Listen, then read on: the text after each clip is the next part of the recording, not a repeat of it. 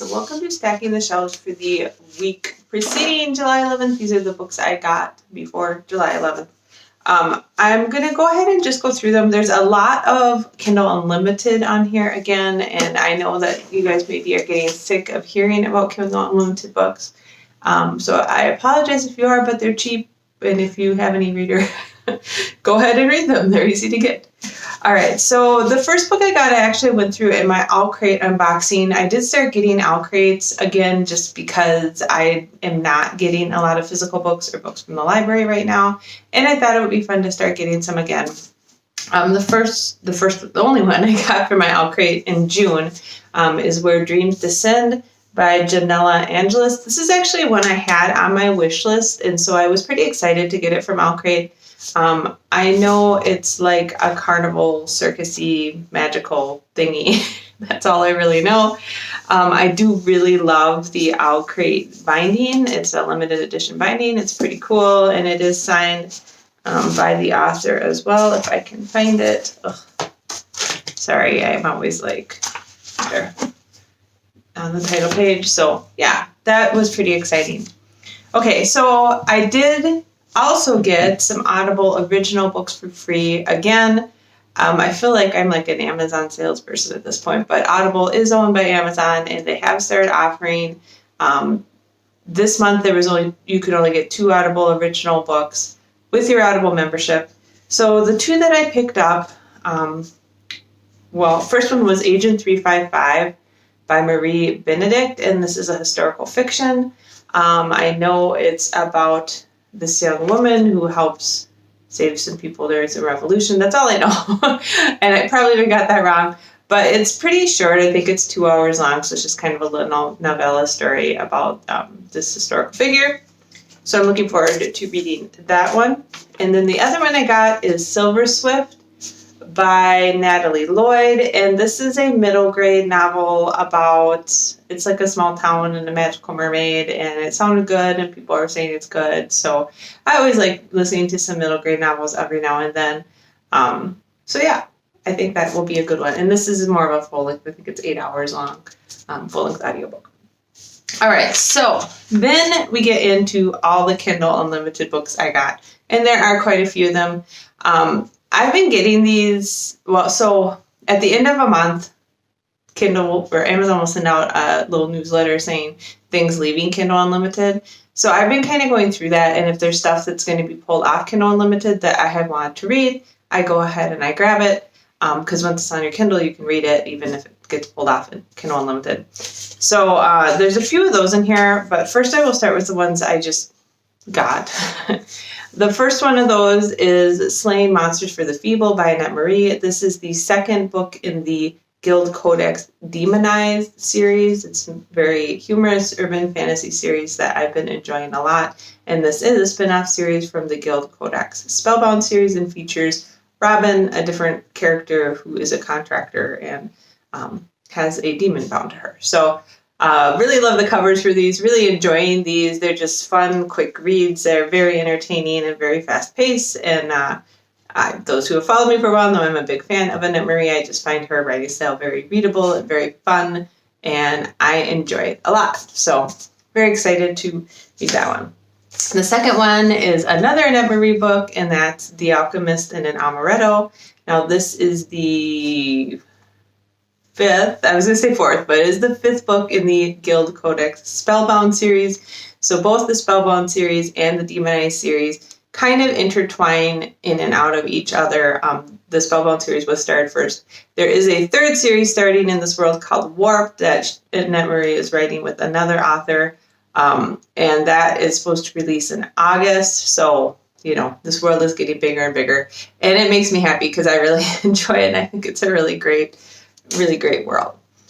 All right, so now we get into the ones that we're going to be leaving Kindle Unlimited that I decided to go ahead and pick up. And the first one of those is The Vine Witch by Luann G. Smith. I've seen this book around for a while. I've had it on my wish list for quite a while, so I went ahead and got for Kindle Unlimited. This was an interesting one because when you got the Kindle Unlimited, you got it both in ebook and audiobook format, so I can listen to it either way. So we'll just see which way I get to it first.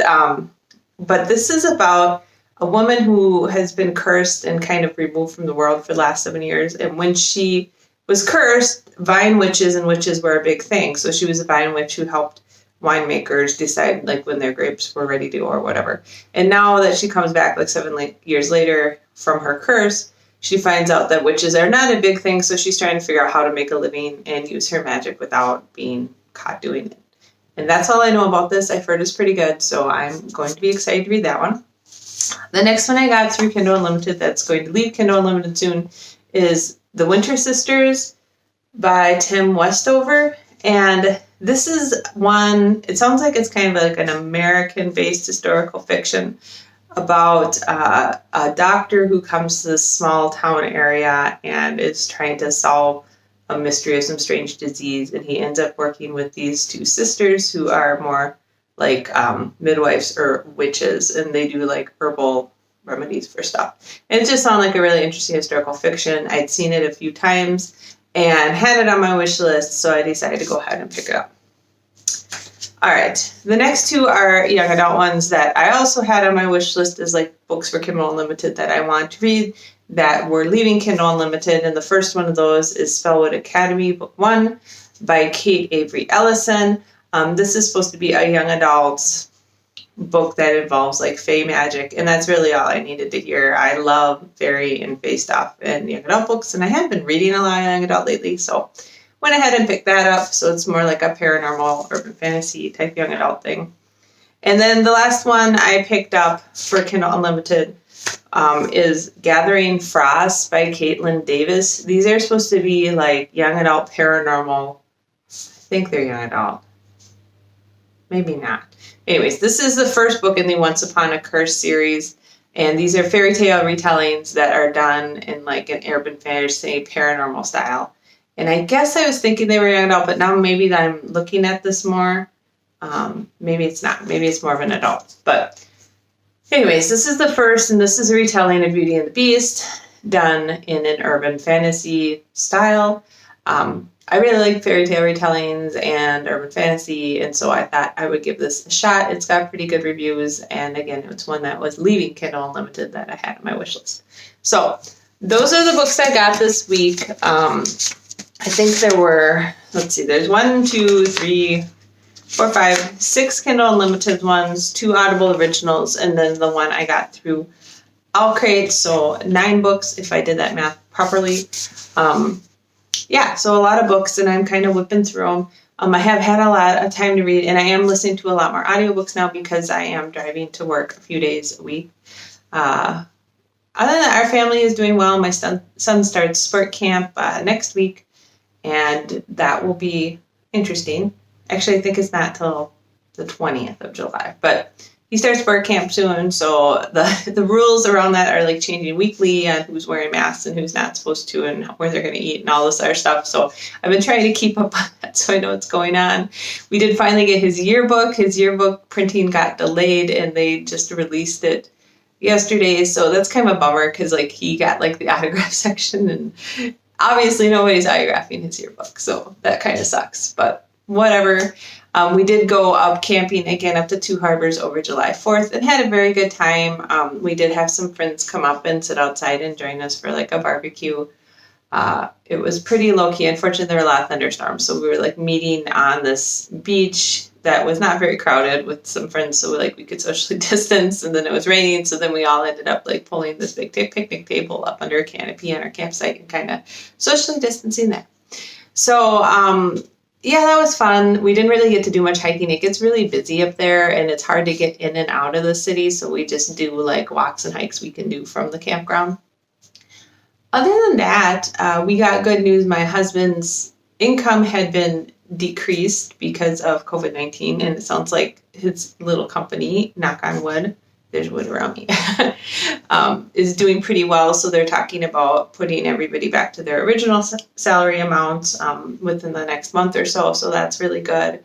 My job has been getting very busy. They're going forward with running a lot of experiments in the plants, and I have not had to travel down to them yet, but I am supporting a lot of that. And so we've got a lot of samples and stuff coming in. So it's been very busy for me.